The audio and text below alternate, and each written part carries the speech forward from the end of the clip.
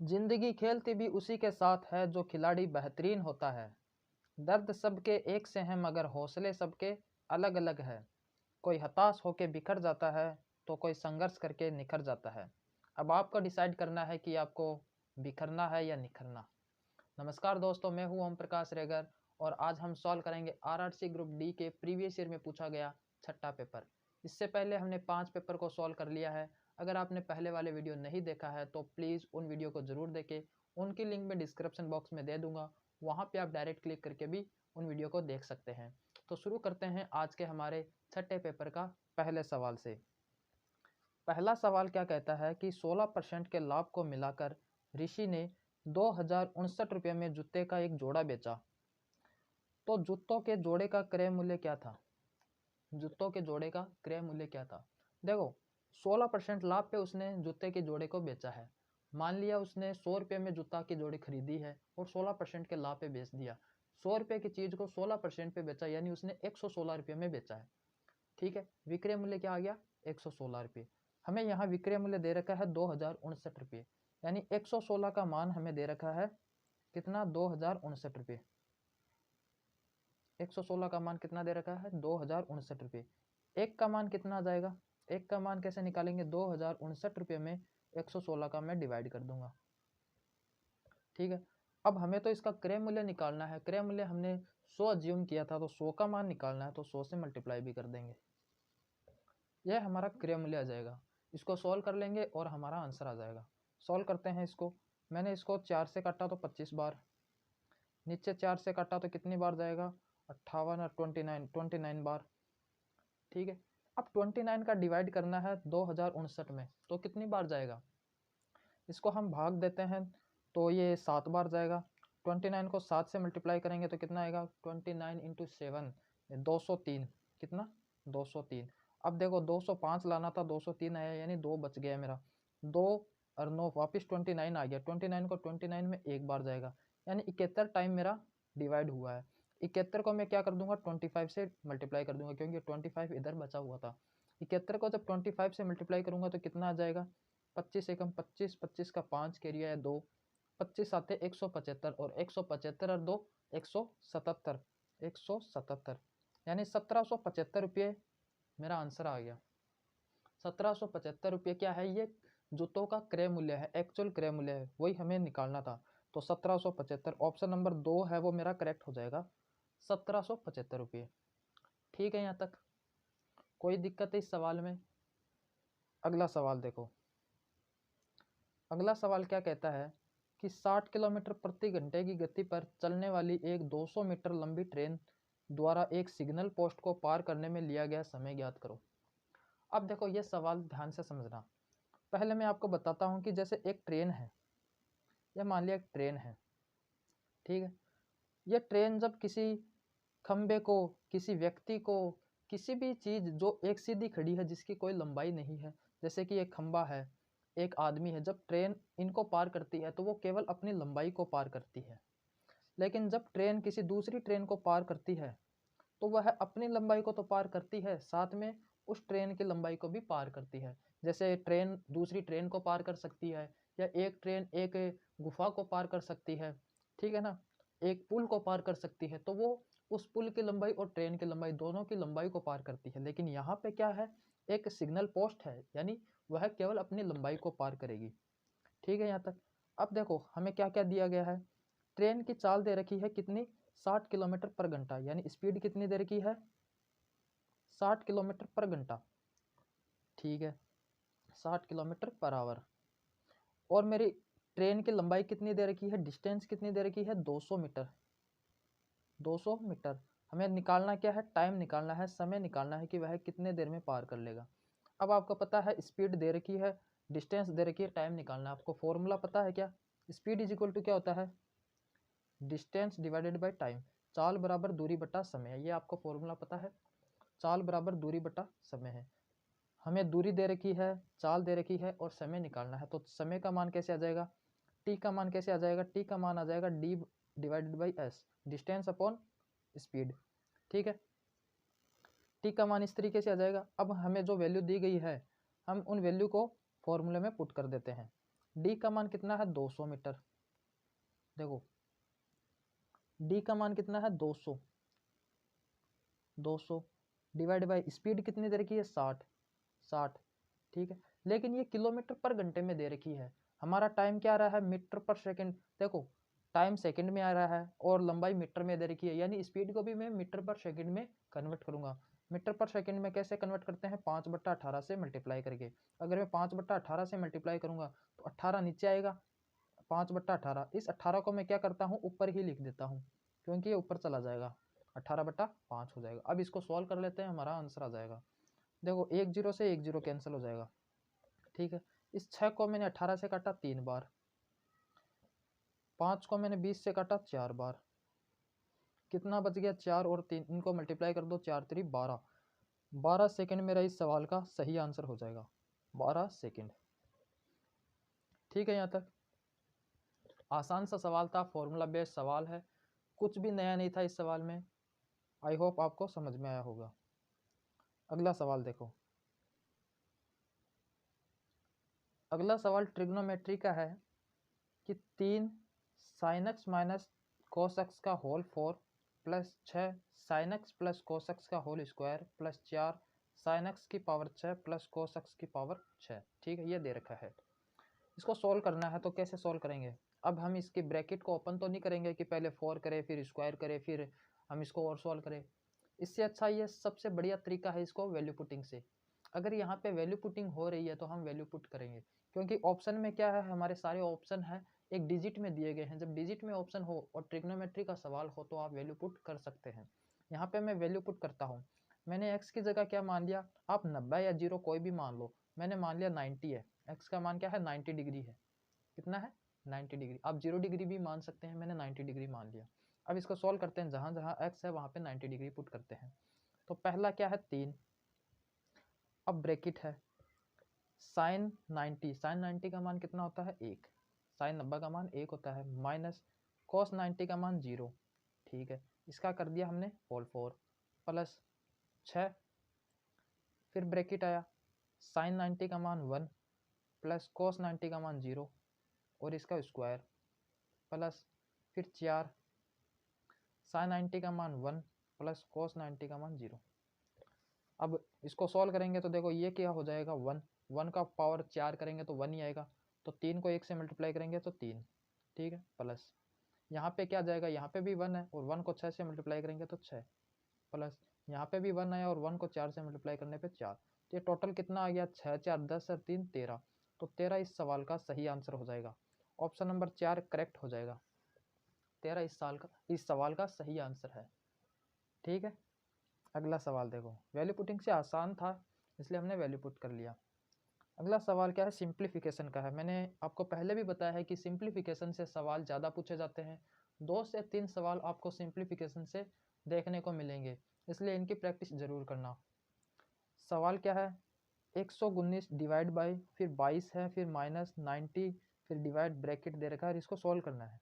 देखो कहाँ से स्टार्ट करें हम, सबसे पहले हमें यही समझना होगा कि स्टार्ट कहाँ से करना है। जब भी सिंप्लीफिकेशन का क्वेश्चन हो तो हमें स्टार्ट कहाँ से करना है। देखो यहाँ पे हमें दे रखा है ये बार 7 मल्टीप्लाई 3, ये बार दे रखा है, यानी ये बार का मतलब क्या होता है, यानी इनको सोल्व करेंगे बाकी जो बाहर चिन्ह है इनका इनके ऊपर इफेक्ट नहीं पड़ेगा। पहले 7 और 3 को मल्टीप्लाई करेंगे तो 7 और 3 का मल्टीप्लाई कितना होता है 21। ठीक है, यानी ये 21 हो गया। उसके बाद क्या है 105 है और डिवाइड बाई 21 है, क्योंकि 7 और 3 21 हो गया। अब 21 में 21 का भाग हमें 105 में देंगे तो कितनी बार जाएगा 21 पंजे 105, 5 बार गया, यानी यहाँ तक मेरा 5 आ गया। फिर क्या है 23 है, 23 माइनस 5 है, 23 में से 5 घटाएंगे तो कितना आ जाएगा, 23 में से 5 घटाने पे कितना आएगा 18 आएगा, 18 आ गया, यानी यहाँ तक मेरा 18 आ गया। फिर बाहर क्या है डिवाइड है, 90 में हम 18 का भाग देंगे, 90 में 18 का भाग देंगे तो कितनी बार जाएगा 18 पंजो 90, 5 बार जाएगा, कितनी बार 5 बार, यानी यहाँ तक मेरा 5 आ गया। फिर क्या है 22 में से 5 कम करेंगे क्योंकि माइनस है, 22 में से 5 घटाएंगे तो कितना आएगा 17 आएगा, कितना 17, 17 यहाँ तक आ गया, ब्रैकेट तक सॉल्व हो गया। फिर बाहर क्या बचा है 119 फिर डिवाइड और 17, यानी अब 119 में फाइनली 17 का भाग देना है और हमारा आंसर आ जाएगा। तो 119 में 17 का भाग देते हैं तो कितनी बार जाएगा, 17 साते 119, 17 5 85, 17 छियानी 102 और 17 साते 119, ठीक है 7 बार जाएगा। तो मेरा इस सवाल का जो सही आंसर है वो 7 हो जाएगा, क्योंकि 7 बार कटेगा, 17 साते 119 होता है, तो 7 मेरा इस सवाल का करेक्ट आंसर है। ठीक है, इसी तरीके से आपको सॉल्व करना है। अगला सवाल देखो, अगला सवाल टाइम एंड वर्क का सवाल है। ए और बी एक साथ एक काम को 10 दिनों में, बी और सी इसे 15 दिनों में और सी और ए इसे 12 दिनों में पूरा कर सकते हैं। एक साथ काम करते हुए उन्हें काम को पूरा करने में कितना समय लगेगा। देखो हमें क्या दिया गया है, हमें कहा है कि ए और बी है, ए प्लस बी, अगर वो साथ मिलके काम करे तो कितने दिन में कर सकते हैं, 10 दिन में, 10 दिन में, ठीक है, ए और बी 10 दिन में, ठीक है। बी और सी, बी प्लस सी, अगर ये दोनों मिलके काम करें तो कितने दिन में हो जाएगा, ये 15 दिनों में, 15 दिनों में, यहाँ तक कोई दिक्कत। और बाकी क्या है कि सी और ए अगर ये दोनों मिलके काम करें तो कितने दिन में कर सकते हैं, इसे 12 दिन में कर सकते हैं। और हमसे कहा है कि अगर ये तीनों एक साथ मिलके काम करे तो कितने दिन में होगा। देखो टाइम एंड वर्क का सवाल जब भी आए, मैंने आपसे बताया है, कहा है कि जब भी टाइम एंड वर्क का सवाल आए सबसे पहले हमें क्या निकालना है, इनका एलसीएम निकालना है। 10 15 और 12 का एलसीएम कितना होगा, 10 15 और 12 का एलसीएम कितना होगा, 60, कितना होगा 60। या जब एलसीएम आता है, हमने क्या निकाला है, एलसीएम, ये जो एलसीएम आया है इसको हम टोटल वर्क मानते हैं, कुल काम मानते हैं, क्या मानते हैं, टोटल वर्क, कुल काम, यानी इनके द्वारा किया गया कुल काम कितना है, 60 है। जब टोटल वर्क आ जाए उसके बाद हम क्या निकालेंगे, इनकी इफिशियंसी। इफिशियंसी कैसे निकालते हैं, टोटल वर्क में हम किसका भाग देंगे, इनके जो टाइम है टाइम का भाग देंगे, 60 में 10 का भाग देंगे तो कितना आ जाएगा, 6, ठीक है। 60 में 15 का भाग देंगे तो कितना आएगा, 4, और 60 में 12 का भाग देंगे तो कितना आएगा, 5। ये इनकी इफिशियंसी आ गई। इफिशियंसी का मतलब होता है एक दिन में या एक घंटे में किया गया काम। यहाँ दिनों की बात हो रही है, यानी ए और बी एक दिन में 6 इकाई काम करते हैं, बी और सी एक दिन में 4 इकाई काम करते हैं, और सी और ए एक दिन में 5 इकाई काम करते हैं, ठीक है। ये इनके एक दिन का काम आ गया, इफिशियंसी आ गई, टोटल काम है 60। अब हमें बताना है कि ये तीनों मिलके कितना काम करेंगे और कितने दिनों में काम करेंगे, ठीक है। इनको तीनों को मिला के काम करते हैं, तो देखो इनको मैं जोड़ देता हूँ तो कितना हो जाएगा, 2 ए प्लस बी प्लस सी, क्योंकि देखो जब मैं इसको जोड़ूंगा, इनको जोड़ूंगा तो 2 ए आ रहा है, 2 बी आ रहा है, 2 सी आ रहा है, मैंने 2 बाहर ले लिया, ए प्लस बी प्लस सी, और इनकी इफिशियंसी को भी जोड़ो, 6 4 10 और 5 15, यानी ए प्लस बी प्लस सी निकालूंगा तो कितना आ जाएगा, ए प्लस बी प्लस सी, इन तीनों की इफिशियंसी निकालूंगा तो कितना आ जाएगा, 15/2। ये इन तीनों की इफिशियंसी आ गई, यानी ये तीनों मिलके एक दिन में 15/2 काम करते हैं, 7.5 काम करते हैं, ठीक है। ये इनके एक दिन का काम आ गया। हमें कितना काम करना है, 60 काम करना है। कितना काम करना है, 60 काम। तो कैसे करेंगे 60 काम, देखो टोटल काम आया है 60,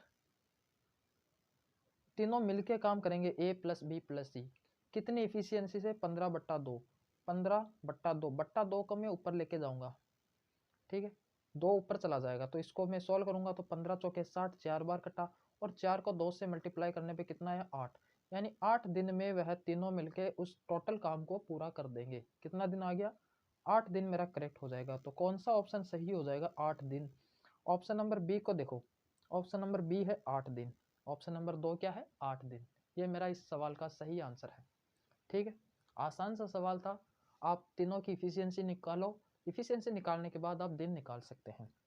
अगला सवाल देखो, अगला सवाल क्या कहता है कि एक कियोस्क के पास विभिन्न ब्रांड की चिप्स है, दुकान की कुल बिक्री 70% आलू चिप्स की बिक्री से होता है, कुल बिक्री का 30% अन्य चिप्स और वेफर से होता है, प्रति तिमाही दुकान की औसत बिक्री 12 लाख रुपये है, आलू के चिप्स का अनुमानित औसत मासिक बिक्री क्या है, ये हमें बताना है। देखो मैं सवाल को आपको बताता हूँ क्या है। मान लिया एक दुकान है, ये एक दुकान है, ठीक है।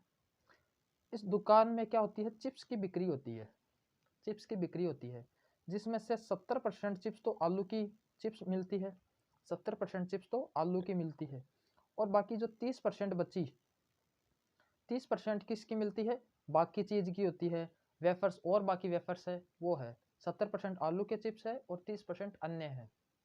ठीक है, यहाँ तक कोई दिक्कत नहीं है। उसके बाद बताया कि प्रति तिमाही दुकान की औसत बिक्री 12 लाख रुपये है, यानी हर 3 महीने में उसकी औसत बिक्री कितनी है, 12 लाख रुपये है। प्रति तिमाही दुकान की औसत बिक्री 12 लाख है, यानी 3 महीने में वह 12 लाख रुपये कमाता है। ठीक है, और आलू के चिप्स का अनुमानित मासिक बिक्री बताना है। देखो 3 महीने में वह कितने कमा रहा है, 12 लाख।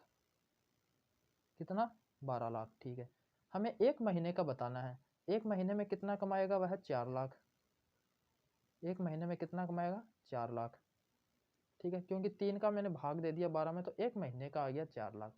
अब हमें बताना है कि आलू के चिप्स का अनुमानित औसत मासिक बिक्री क्या है, मतलब आलू वाली बतानी है कि आलू की चिप्स की कितनी बिक्री हुई है 1 महीने में। 1 महीने का कुल उनकी आमदनी कितनी है, 4 लाख है। 70% आलू की बिक्री हुई थी या आलू के चिप्स की बिक्री, तो मैं इसका 70% निकाल लूंगा, 70% निकाल लूंगा, तो ये मेरा आंसर आ जाएगा। देखो 1 0 से ये 1 0 कैंसिल, ये 1 0 से ये 1 0 कैंसिल, बाकी बचे हुए को हम मल्टीप्लाई कर देंगे। 4 को 7 से मल्टीप्लाई करेंगे तो 28 आएगा। कितना आएगा, 28। और बाकी जीरो कितनी है, 4 जीरो है, ये इसके पीछे आ जाएगी। ठीक है, यानी कितना आ गया, 2,80,000 रुपये। 2,80,000 रुपये का 1 महीने में वह आलू की चिप्स की बिक्री करता है। ठीक है, यही हमें निकालना था कि आलू की वह चिप्स कितनी बिक्री करता है। हमने 1 महीने का निकाल लिया। अगला सवाल देखो, अगला सवाल देखो, यदि आप 24.6 मीटर लंबी तार को 12:29 के अनुपात में विभाजित करते हैं तो लंबे टुकड़े की लंबाई क्या होगी। लंबे टुकड़े की लंबाई बतानी है। हमें क्या दे रखा है कि एक 24.6 मीटर लंबा तार है। कितना है, 24.6 मीटर लंबा तार है। ठीक है, इसको 2 भागों में बांट दिया। कितने भागों में बांट दिया, 2 भागों में बांट दिया। यहाँ से मान लिया इसको ब्रेक कर दिया, एक का मान है 12 और दूसरे का है 29। 12 और 29 में इसको बांट दिया, तो हमें बड़े वाले हिस्से का मान बताना है। तो कैसे निकालेंगे, देखो टोटल कितना है, 24.6 डिवाइड बाय, यहाँ टोटल कितना है 12 और 29 को ऐड करो तो 12 और 29 कितने हो गए, 29 12 41, 41। और निकालना क्या है, बड़े वाला हिस्सा। बड़ा वाला हिस्सा क्या है, 29। 29 को मल्टीप्लाई कर देंगे। इसको सॉल्व करते हैं तो देखो ये कितनी बार जाएगा, इसको 6 से काटेंगे, 6 बार चला जाएगा, यानी 0.6 आ जाएगा। पॉइंट है ना एक, तो 0.6 आ गया। अब 0.6 को 29 से मल्टीप्लाई करना है, तो 9 6 54 का 4 कैरिया है 5, 6 दूनी 12 और 5 17, और एक पॉइंट है तो 17.4 मीटर क्या आ जाएगा, बड़े वाले हिस्से का मान आ जाएगा। 17.4 मीटर हमारा इस सवाल का आंसर है। 17.4 metre, option number A correct हो जाएगा। ठीक है, कोई दिक्कत इस सवाल में। अगला सवाल देखो, अगला सवाल आसान सा सवाल है, वर्गमूल निकालना है हमें। देखो आपको स्क्वायर, आपको क्यूब आपको आने चाहिए, क्योंकि ये एग्जाम में आपकी कैलकुलेशन को फास्ट करने में मदद करते हैं। अगर आपको 40 तक स्क्वायर याद होंगे और 20 तक या 25 तक आपको क्यूब याद होंगे तो आपको कैलकुलेशन करने में मदद मिलेगी। यहाँ हमें क्या दे रखा है, 0.0324 का वर्गमूल निकालना है। इनका क्या निकालना है, वर्गमूल। अब देखो 324 का आपको पता है क्या, किसका स्क्वायर होता है, 18 का स्क्वायर होता है। 324 किसका होता है, 18 का। अब खेल पॉइंटों का है। 18 तो आपको पता है, आंसर आना ही आना है। पॉइंट कहाँ लगेगा, देखो यहाँ 4 संख्या के बाद पॉइंट है, 4 संख्या के बाद पॉइंट है। जब आप इसका वर्गमूल करोगे, अगर 4 संख्या के बाद पॉइंट है, वर्गमूल करने पे आधा पॉइंट लगेगा, यानी 2 संख्या के बाद पॉइंट लगेगा। आधी संख्या से पॉइंट है हट जाता है, जैसे अगर 6 संख्या के बाद पॉइंट है तो वर्गमूल करने के बाद 3 संख्या के बाद पॉइंट आएगा। अगर 2 संख्या के बाद वर्ग पॉइंट है तो वर्गमूल करने पे 1 संख्या के बाद पॉइंट आएगा, यानी आधा पॉइंट है वो हट जाएगा। यहाँ 4 संख्या के बाद पॉइंट है, यानी 2 ही संख्या के बाद पॉइंट लगना है, तो 2 संख्या आगे 18 और यहाँ पॉइंट लगेगा, तो पॉइंट 18 इस सवाल का सही आंसर हो जाएगा। पॉइंट 18, ऑप्शन नंबर 4 देखो, पॉइंट 18। ठीक है, ये आपको ध्यान रखना है। देखो यहाँ 4 थे, 4 संख्या के पहले पॉइंट था, यहाँ 2 ही संख्या से पहले पॉइंट होगा, आधा पॉइंट हट जाएगा। स्क्वायर करने पे ये उल्टा होता है। अगला सवाल देखो, अगला सवाल है कि बैरल में 4 लीटर और 500 मिलीलीटर अम्ल है, एक बैरल है, ठीक है, मान लिया एक बैरल है, ठीक है। इसके अंदर क्या है, 4 लीटर और 500 मिलीलीटर अम्ल है, 4 तो लीटर प्लस 500 मिलीलीटर अम्ल है, तो प्रत्येक 25 मिलीलीटर की क्षमता वाले कितने पात्रों को भरा जा सकता है। अब करना क्या है, ये बड़ा पात्र है मान लिया, इसमें कितना है 4 लीटर 500 मिलीलीटर, इसको सभी को मैं मिलीलीटर में कन्वर्ट करता हूँ। देखो 1 लीटर में कितना होता है, 1000 मिलीलीटर होता है, 1 लीटर में 1000 मिलीलीटर होता है। अब 4 लीटर में कितना मिलीलीटर हो जाएगा, 4000 मिलीलीटर, और 500 और है, यानी टोटल कितना हो जाएगा, 4500 मिलीलीटर मेरा टोटल है, 4500 मिलीलीटर है इस बड़े वाले जग में। अब करना क्या है, हमें छोटे छोटे जग है वो भरने हैं, जिनकी क्षमता कितनी है, 25 मिलीलीटर की है। तो ये कितने जग भरे जाएंगे ये हमें बताना है, कितने जग की ज़रूरत होगी। तो 4500 मिलीलीटर है टोटल, एक जग में 25 मिलीलीटर आता है, तो कितने जग आएंगे, तो इसमें 25 का भाग दे देंगे टोटल में, तो कितनी बार जाएगा, देखो 25 का भाग देते हैं तो 25 एकम 25, फिर कितना बच गया, 20 बच गया, 20 और 1 जीरो 200, 25 8 200 और 1 जीरो 80, मतलब 180 मेरे क्या हो गए जग 25 मिलीलीटर वाले चाहिएंगे। 180 जग की ज़रूरत है, 180 पात्रों की ज़रूरत है, 180 मेरा इस सवाल का सही आंसर हो जाएगा, ठीक है। अगला सवाल देखो, दो कजिन के वर्तमान उम्रों का योग 54 वर्ष है। 11 वर्ष पहले वयस्क की उम्र युवा के उम्र की 3 गुनी थी, तो वयस्क कजिन की वर्तमान उम्र क्या है, ठीक है। देखो अच्छा सवाल है, इसने क्या कहा है कि दो कजिन हैं, मान लिया एक का नाम है एक्स और दूसरे का नाम है वाई, इन दोनों की योग कितनी है, उम्र की योग है 54 है, ठीक है, 54 वर्ष है, दोनों की आयु का योग कितना है, 54 वर्ष है। 11 वर्ष पहले वयस्क की उम्र युवा की उम्र की 3 गुना थी, मान ली एक्स और ये वाई थे, 11 साल पहले की बात है, तो ये 3 गुना थी, इसकी 3 गुना थी, ये 11 साल पहले की बात है। अब बताओ 11 साल पहले इनका जोड़ कितना हो गया, 4, इनका जोड़ कितना हो गया 4, 11 साल पहले की बात हो रही है। आज कितना है दोनों का जोड़, 54, 11 साल पहले दोनों का जोड़ कितना होगा, तो देखो दोनों में से 11 11 कम करेंगे तो 11 साल पहले की बात आ जाएगी, 54 आज है दोनों का, तो एक्स का 11 साल पहला और वाई का भी 11 साल पहले, यानी कितना होगा 22 कम कर दूं तो ये 11 साल पहले का जोड़ आ जाएगा, इसमें से 22 कर दूं, 11 एक्स के और 11 वाई के, तो कितना बचा 2 और 5 में से 2 गया 3, यानी 32, 11 साल पहले दोनों की जोड़ थी वो कितना था, 32 था, लेकिन यहाँ तो 4 है, यानी 4 का मान 32, 4 का मान 32 है, एक का मान कितना आ गया 8, एक का मान 8 आ गया, एक्स और वाई का मान निकाल सकते हैं, 3 का मान कितना आ गया, एक्स का मान 3 है ना, तो 3 का मान तो आ गया 24 और वाई का मान कितना आ गया 8, यानी 11 साल पहले एक्स की उम्र 24 साल थी और वाई की 8 साल थी। हमें बताया है कि वयस्क के कजन की वर्तमान उम्र क्या है, वयस्क हमने एक्स को माना था, तो 11 साल पहले 24 का था वो, वर्तमान निकालना है तो इसमें हम 11 को जोड़ कर देंगे, 4 और 1 5 और 2 और 1 3, 35 साल का हो गया मेरा एक्स, कितने का 35 साल का।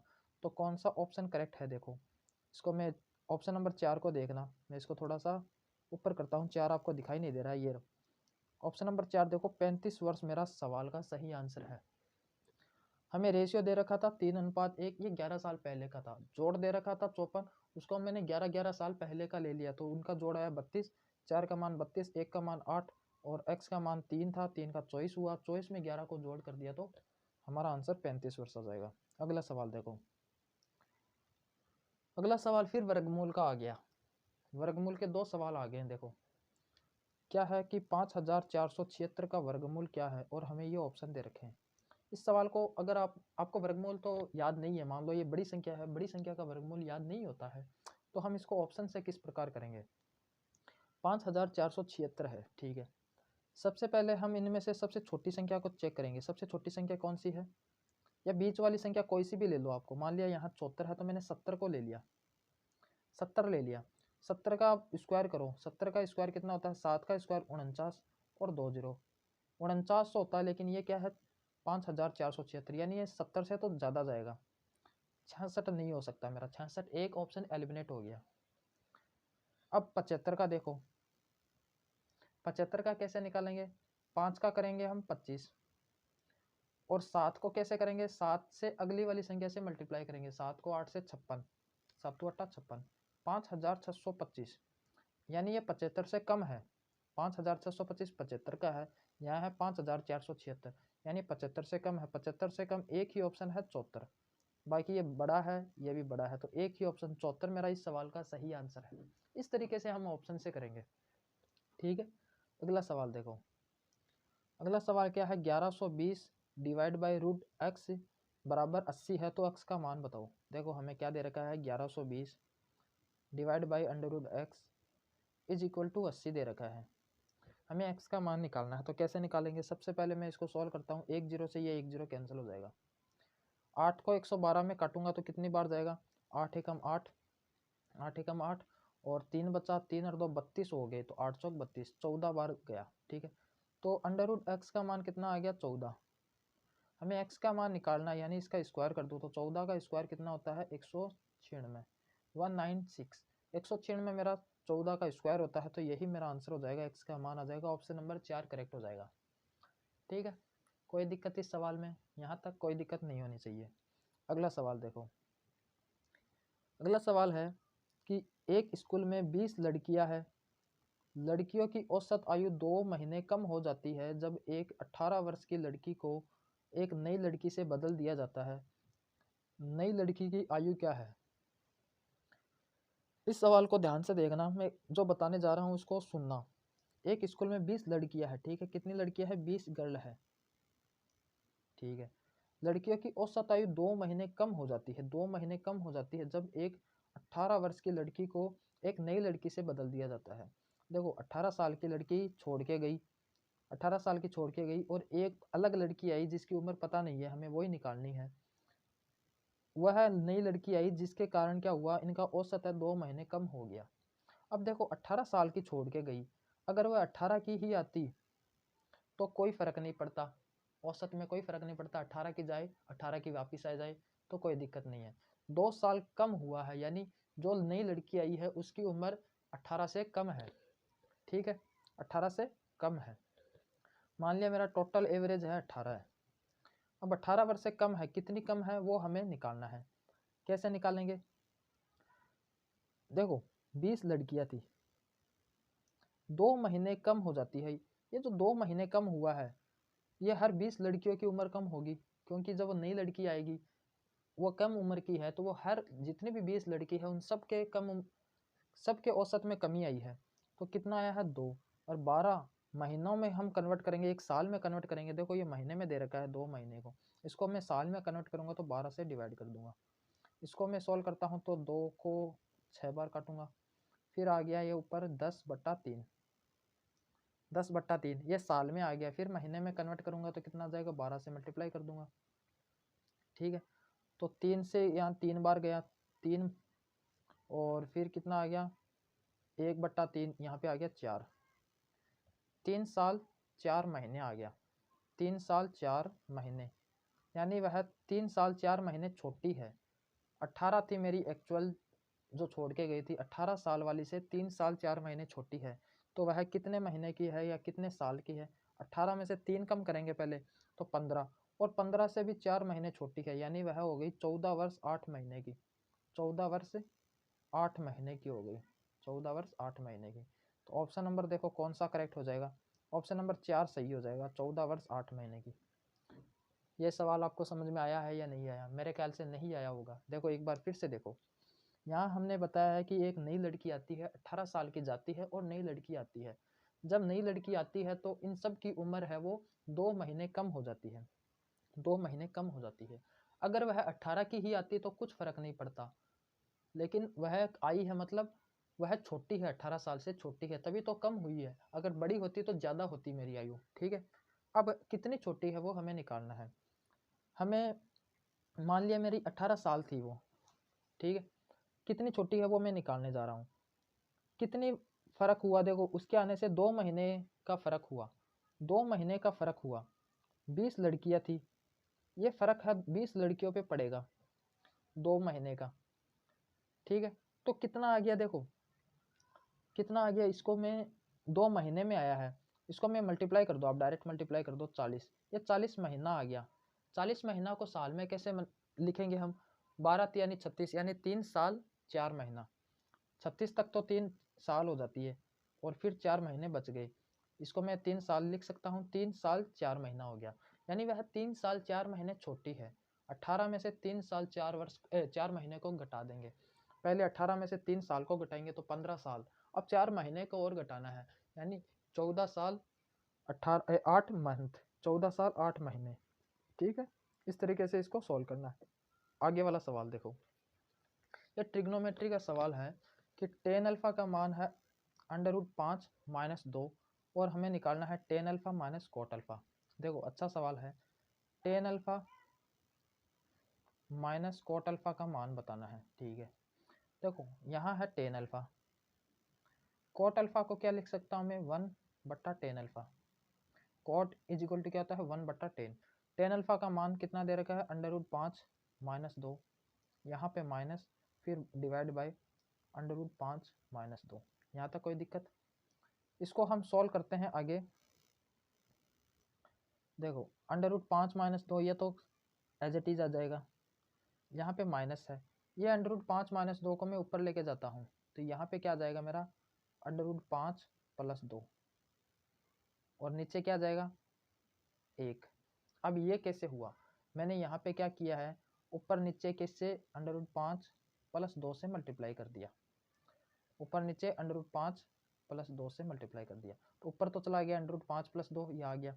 और नीचे क्या आ गया? √5 - 2 को √5 + 2 से मल्टीप्लाई करते हैं तो √5 से √5 से मल्टीप्लाई करेंगे तो 5, -2 को +2 से मल्टीप्लाई करेंगे तो 4, माइनस का 4 आ जाएगा, 5 में से 4 कम करेंगे तो 1। इस तरीके से मैंने लिख दिया डायरेक्ट। ठीक है, अब हम इसको और ओपन करते हैं। √5 - 2 माइनस ये √5 और ये -2, ब्रैकेट को ओपन किया, ये √5 से ये √5 कैंसिल हो जाएगा तो -2 और -2 -4 इस सवाल का आंसर आ जाएगा, -4। ऑप्शन नंबर 3 करेक्ट हो जाएगा, -4। ठीक है, कोई दिक्कत नहीं होगी। अगला सवाल देखो, एक आयत का विकर्ण आयत की एक भुजा की ओर 25 डिग्री पे झुका हुआ है। इन विकर्णों के बीच बना न्यून कोण क्या है? अच्छा सवाल है ये, इस सवाल को ध्यान से देखना। सवाल क्या है? देखो ये एक आयत है, ठीक है, ये एक आयत दे रखा है हमें, क्या दिया गया है ध्यान से देखना। ये आयत है और आयत का एक विकर्ण, विकर्ण क्या होता है? देखो इस बिंदु को या इस कोने को दूसरे वाले कोने से मिला दूं, इसको हम विकर्ण कहते हैं। क्या कहते हैं? विकर्ण। इस कोने को दूसरे वाले कोने से मिला दूं तो इसको विकर्ण कहते हैं। ठीक है, ये विकर्ण होगी दोनों। आयत का विकर्ण आयत की एक भुजा की ओर 25 डिग्री पे झुका हुआ है, यानी ये विकर्ण है, इस भुजा के साथ 25 डिग्री का कोण बनाती है, 25 डिग्री का कोण बनाती है। हमें बताना है इन विकर्णों के बीच बना न्यून कोण। देखो विकर्णों के बीच दो कोण बनते हैं, एक तो ये कोण और एक ये कोण, दो कोण बनते हैं। ये जो कोण है ये अधिक कोण होता है और ये कोण है वो न्यून कोण होता है। जो छोटा है वो न्यून कोण है। ठीक है, इधर वाला न्यून कोण है। हमें इसी कोण का मान बताना है, तो इस कोण का मान कैसे बताएंगे? देखो ये 25 डिग्री है, हमें पता है कि एक आयत में विकर्ण है एक दूसरे को दो भागों में बांटती है, जब विकर्ण है एक दूसरे को क्रॉस करती है तो बराबर भागों में बांटती है, यानी ये 25 डिग्री है तो ये भी मेरा 25 डिग्री होगा। ये 25 और ये 25, एक त्रिभुज के तीनों कोणों का योग कितना होता है? 180। ये 25 है, ये 25 है, यानी 50 तो हो गया, बाकी कितना बचा? 130। कितना हो गया? 130, यानी ये कोण मेरा 130 आ गया, ये कोण 130। ये कोण 130 है तो ये नीचे वाला भी 130 है, लेकिन हमें तो इधर वाला बताना है। ध्यान से देखना, ये इस तरीके से है, ठीक है, ये मेरा आ गया 130, इधर वाला बताना है। एक सीधी रेखा पे बना कोण 180 डिग्री का होता है, ये 130 है तो इधर वाला मेरा 50 होगा, यानी ये कोण मेरा कितना है? 50 डिग्री। 50 डिग्री मेरा इस सवाल का सही आंसर है। 50 डिग्री बना न्यून कोण है, दोनों विकर्णों के बीच जो न्यून कोण बना है उसका मान 50 डिग्री है। ठीक है, अगला सवाल देखो। अगला सवाल है, इस क्वेश्चन को मैं थोड़ा जूम कर देता हूं अगर आपको क्लियर नहीं दिखाई दे रहा है तो। निम्नलिखित वृत्त आरेख वित्तीय वर्ष 2017-18 के दौरान एक खिलौना बनाने वाली कंपनी XYZ की बिक्रियों की जानकारी को दर्शाता है। ठीक है, अब हमें ये दे रखा है कि सभी खिलौनों की बिक्री से उत्पादित कुल राजस्व 38,72,000 रुपये हैं, तो इस राजस्व का कितना लर्निंग ब्लॉक से उत्पादित हुआ है। लर्निंग ब्लॉक कौन सा है, देखो यहाँ हमें दे रखा है लर्निंग ब्लॉक कौन सा है, लर्निंग ब्लॉक है ये, लर्निंग ब्लॉक कौन सा है ये, यानी सीधी लाइन वाला 15% है वो लर्निंग ब्लॉक का है, 15% लर्निंग ब्लॉक का है, तो हमें लर्निंग ब्लॉक का ही मान बताना है। ठीक है, यानी हमें टोटल राशि कितनी दे रखी है 38,72,000, इसका मैं 15% निकाल लूंगा तो वो लर्निंग ब्लॉक का आ जाएगा, तो 2 0 से 2 0 कैंसिल, 15 को बाकी बची हुई संख्या से मल्टीप्लाई कर दो तो ये 0, 15 दूनी 30 का 0 कैरी आया 3, 15 साते कितना होता है 105, और 105 और 3 108, 108 का 8 आ गया कैरी आया 10, 15 8 120 और 10 कितने हो गए 130, 130 का 0 आया कैरी आया 13, 15 3 45, 45 और 13 कितने हो गए 45 और 13 48, सॉरी 45 और 13 58, तो ये मेरा सही आंसर हो जाएगा। ठीक है, तो देखते हैं कौन सा ऑप्शन मेरा करेक्ट होगा, ऑप्शन को चेक करते हैं। ऑप्शन नंबर देखो, ऑप्शन नंबर 4 को देखना, ऑप्शन नंबर 4 मेरा करेक्ट है। ठीक है, सही है, कोई दिक्कत नहीं है। अगला सवाल देखो, अगला सवाल फिर सिंप्लीफिकेशन का सवाल है, इसको सॉल्व करेंगे। तो सबसे पहले आप इस पार्ट को सॉल्व करेंगे, बार दिया हुआ है तो सबसे पहले इसको सॉल्व करेंगे। 6 7 कितने हो गए 13, फिर है 9, फिर माइनस है, ध्यान से देखना 9 में से 13 को कम करना है, तो 9 में से 13 गया तो माइनस का 4, यहाँ तक -4 आ गया, बाहर है 29 वो भी माइनस का, तो माइनस माइनस प्लस हो जाएगा, 29 और 4 कितने हो गए 33 हो गए क्या 33, यानी यहाँ तक मेरा 33 हो गया। फिर 51 है और माइनस है, 51 में से 33 को कम करना है तो ये कितना आ जाएगा 11 में से 3 गया 8 और 4 में से 3 18 आ गया। ठीक है, यहाँ तक मेरा 18 आ गया।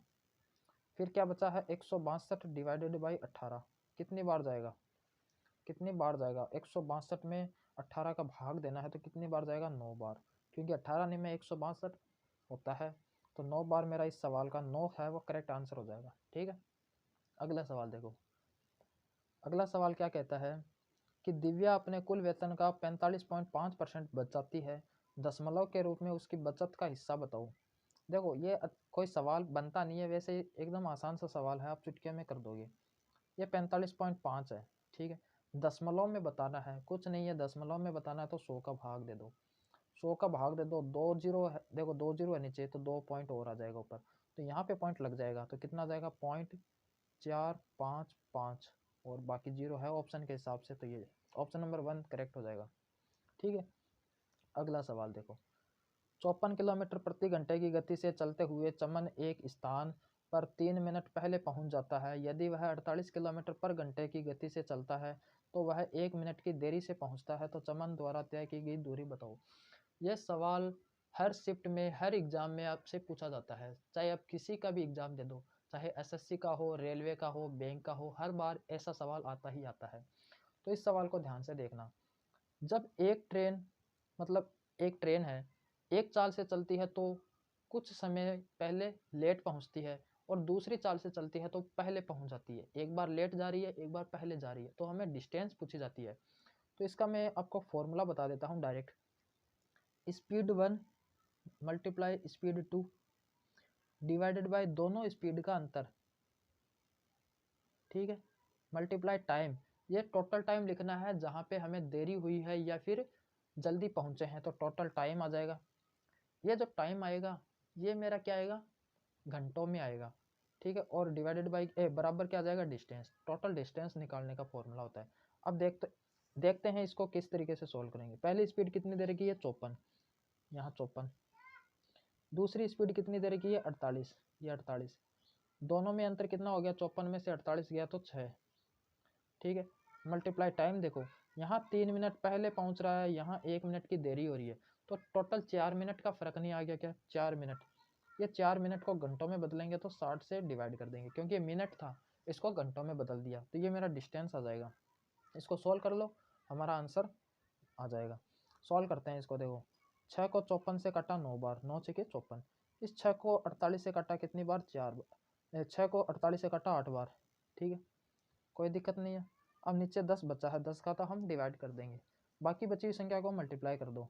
9 को 8 से मल्टीप्लाई किया, 9 8 72, और 72 को 4 से मल्टीप्लाई करेंगे तो कितना आ जाएगा, 4 दूनी 8 और 7 चौक 28, और 10 का डिवाइड करेंगे तो 28.8, 28.8।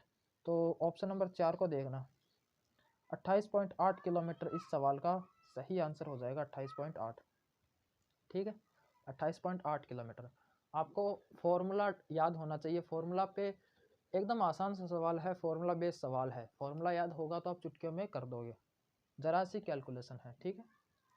अगला सवाल देखो, अगला सवाल क्या कहता है कि यदि एक त्रिभुज के कोण 1:2:3 के अनुपात में है तो सबसे छोटा कोण क्या है। सबसे सरल सवाल है ये सवाल है। आपको पता है एक त्रिभुज के तीनों कोणों का मान कितना होता है, 180। त्रिभुज के तीनों कोणों के जोड़ का मान कितना होता है, 180। यहाँ हमें इन तीनों का जोड़ देखो, ये त्रिभुज के 3 कोण ही तो है, इनका जोड़ करो, 3 2 5 और 1 6, 6 है, 6 का मान 180 होता है, 1 का मान कितना हो जाएगा, 30 हो जाएगा क्या। सबसे छोटा मान बताना है, सबसे छोटा यहाँ 1 ही है तो 1 का मान ही बताना था, तो 30 डिग्री, 30 डिग्री इस सवाल का सही आंसर है। अगला सवाल देखो, अगला सवाल है कि एक संख्या के 2 गुना को उस संख्या के वर्ग में जोड़ने पर 3 प्राप्त होता है, इस संख्या के लिए संभव उत्तर क्या है। अच्छा सवाल है, ध्यान से देखना। एक संख्या के 2 गुना को, मान लिया एक संख्या थी x थी, ठीक है, एक संख्या क्या है, x है, इसका 2 गुना, ये 2x हो गया। एक संख्या के 2 गुना को उस संख्या के वर्ग में जोड़ने पर, उस संख्या के वर्ग में यानी x² जोड़ने पर 3 प्राप्त होता है, तो हमें संख्या के लिए संभव मान बताना है, ठीक है। इसको मैं थोड़े से सिंप्लीफाई कर देता हूँ, तो ये आ जाएगा x² plus 2x minus 3 is equal to 0। ये द्विघात समीकरण बन गई। हमें x के संभव मान बताना है, तो इसको सोल्व करेंगे। द्विघात समीकरण को कैसे सोल्व करते हैं, पहली और तीसरी संख्या को मल्टीप्लाई करना है, कितना आएगा, 3। अब इस 3 के इस प्रकार से टुकड़े करने हैं कि उनको मल्टीप्लाई करे तो 3 आना चाहिए, जोड़ या बाकी करे तो 2 आना चाहिए। तो कैसे होगा, कितना होगा, हम इसको इस तरीके से सॉर्ट करेंगे। देखो x² plus 3x minus x minus 3 बराबर 0, इस तरीके से ब्रेक कर सकते हैं क्या। देखो यहाँ 3x में से x गया, 2x ही आएगा, और कोई फर्क नहीं पड़ना चाहिए, ठीक है। अब इसको और आगे सॉल्व करते हैं, तो आगे किस तरीके से सॉल्व करेंगे। यहाँ पे क्या हुआ, मैंने यहाँ पे देखो x कॉमन ले लिया मैंने, तो यहाँ पे आ गया x प्लस 3, ठीक है। यहाँ पे -1 कॉमन ले लिया तो फिर क्या आ गया, x प्लस 3, ठीक है। यहाँ पे एक तो बना मेरा x प्लस 3 और एक क्या बना, x माइनस 1, तो x की वैल्यू क्या आ जाएगी, यहाँ से तो -3 और यहाँ से 1, 3 -3 और 1 मेरा आंसर आया है। x के 2 मान आए हैं, एक तो 1 और एक -3, तो कौन सा ऑप्शन में हो रहा है, देखो 1 और -3, ऑप्शन नंबर 4 मेरा हो रहा है 1 और -3, ये मेरा सही आंसर हो जाएगा, ठीक है। सही ऑप्शन यही है 4। अगला सवाल देखो, अगला सवाल क्या कहता है कि शीर्ष साझा करने वाले एक घनाभ के 3 फलकों का पृष्ठीय क्षेत्रफल 25 मीटर स्क्वायर, 32 मीटर स्क्वायर और 32 मीटर स्क्वायर दिया गया है, घनाभ का आयतन बताओ। घनाभ का आयतन निकालना है, ठीक है। देखो घनाभ का आयतन का फॉर्मूला क्या होता है, एक तो होता है जो आयतन होता है, आयतन का एक तो फॉर्मूला होता है LBH, जब हमें 3 भुजा दे रखी हो, और एक आयतन का फॉर्मूला और होता है, वो होता है under area 1 multiply area 2 multiply area 3, ठीक है। अब ये एरिया 1 एरिया 2 और एरिया 3 क्या है, ये पृष्ठीय क्षेत्रफल होता है तीनों फलकों के, 3 फलकों के क्षेत्रफल होते हैं। हमें 3 फलकों के क्षेत्रफल दे रखे हैं, तो यहाँ पे हम मान पुट कर देंगे। A1 का मान कितना दे रखा है, 25 मल्टीप्लाई A2 का मान कितना दे रखा है, 32, और A3 का मान भी 32, ठीक है। अब इसको सॉल्व करते हैं। देखो 2 32 है, तो 2 32 ब्रैकेट को ओपन करेंगे तो अंडर रूट हटाएंगे तो एक ही 32 बाहर आएगा, और इस 25 में से एक 5 बाहर आएगा, 32 मल्टीप्लाई 5, ठीक है। 32 को 5 से मल्टीप्लाई करेंगे तो 32 को 5 से मल्टीप्लाई करने पे 160, 160 मीटर क्यूब इसका आयतन आ गया, 160 metre cube. Option number 1 correct हो जाएगा, 160 मीटर क्यूब घनाभ का आयतन आ गया, ठीक है। अगला सवाल देखो, अगला सवाल क्या कहता है कि नरेश और सुपूर्णा की वर्तमान आयु का अनुपात 7:3 है। एक नरेश है और एक सुपूर्णा है, इनकी वर्तमान आयु का अनुपात है 7:3। अब से 3 वर्ष के बाद उनकी आयु का अनुपात 2:1 है। अब से 3 साल के बाद इनका आयु का अनुपात 2:1 है। नरेश की वर्तमान आयु क्या है? अब देखो, अब से 3 साल के बाद की बात कर रहा है, यहाँ से तो कम हो रहा है, ज़्यादा थोड़ी हो रहा है, तो ज़्यादा कैसे करेंगे? यहाँ अंतर कितने का है? 1 मिनट ध्यान से देखना। यहाँ अंतर कितने का है? 4 का। यहाँ अंतर कितने का है? 1 का। तो मैं ऊपर तो 1 से मल्टीप्लाई करूँगा इसको, और नीचे किससे मल्टीप्लाई करूँगा? 4 से, ताकि इसको सिंप्लीफाई कर सके हम। देखो नया रेशियो कैसे बनेगा? नया रेशियो बन जाएगा, ऊपर हमने 1 से मल्टीप्लाई किया तो 7:3 आ गया, नीचे 4 से मल्टीप्लाई किया तो 8:4 आ गया। ठीक है, अब यहाँ पे देखो डिफरेंस दोनों तरफ 1-1 आ रहा है, बराबर आ रहा है। यहाँ पे भी 1 बढ़ रहा है, यहाँ पे भी +1 बढ़ रहा है। ठीक है, दोनों तरफ +1 बढ़ रहा है, लेकिन यहाँ बढ़ाना कितना है? 3 वर्ष, यानी 1 का मान कितना है? 3। हमें बताना है नरेश की वर्तमान आयु। वर्तमान आयु ये थी क्या? 7 का मान कितना हो जाएगा? 7 यानी 21। 21 वर्ष मेरी नरेश की वर्तमान आयु आ जाएगी। तो ऑप्शन नंबर 3 को देखो, 21 वर्ष। ठीक है, ये इस सवाल का सही आंसर है। इस तरीके से हमने छठा पेपर है वो सॉल्व कर लिया है। जितने भी सवाल मैथ के पूछे गए थे प्रीवियस ईयर में जो छठे पेपर में, वो आज हमने सॉल्व किए हैं। कमेंट में ज़रूर बताना आपको वीडियो कैसा लगा है। अगर आपको अच्छा लगा है तो लाइक कर देना। जो भी अपने दोस्त है जो RRC ग्रुप डी की तैयारी कर रहे हैं और इस बार एग्ज़ाम देने वाले हैं, उनको शेयर करना बिल्कुल मत भूलना, और हो सके तो चैनल को सब्सक्राइब भी कर देना। थैंक यू, बहुत बहुत धन्यवाद।